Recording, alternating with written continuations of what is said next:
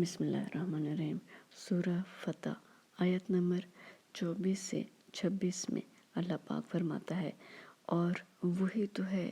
جس نے تم کو ان کافروں پر فتح یاب کرنے کے بعد سرحد مکہ میں ان کے ہاتھ تم سے اور تمہارے ہاتھ ان سے روک دیے،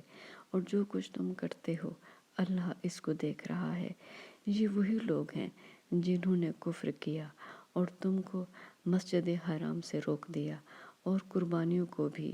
کہ اپنی جگہ پہنچنے سے رکی رہیں۔ اور اگر ایسے مسلمان مرد اور مسلمان عورتیں نہ ہوتی جن کو تم جانتے نہ تھے، اگر تم ان کو پامال کر دیتے تو تم کو ان کی طرف سے بے خبری میں نقصان پہنچ جاتا، تو بھی تمہارے ہاتھ سے فتح ہو جاتی، مگر تاخیر اس لیے ہوئی کہ اللہ اپنی رحمت میں جس کو چاہے داخل کر لے۔ اور اگر دونوں فریق الگ الگ ہو جاتے تو جو ان میں کافر تھے ان کو ہم دکھ دینے والا عذاب دیتے۔ جب کافروں نے اپنے دلوں میں ضد کی، اور ضد بھی جاہلیت کی، تو اللہ نے اپنے پیغمبر اور مومنوں پر اپنے طرف سے تسکین نازل فرمائی، اور ان کو پرہیزگاری کی بات پر قائم رکھا، اور اسی کے مستحق اور اہل تھے، اور اللہ ہر چیز سے خبردار ہے۔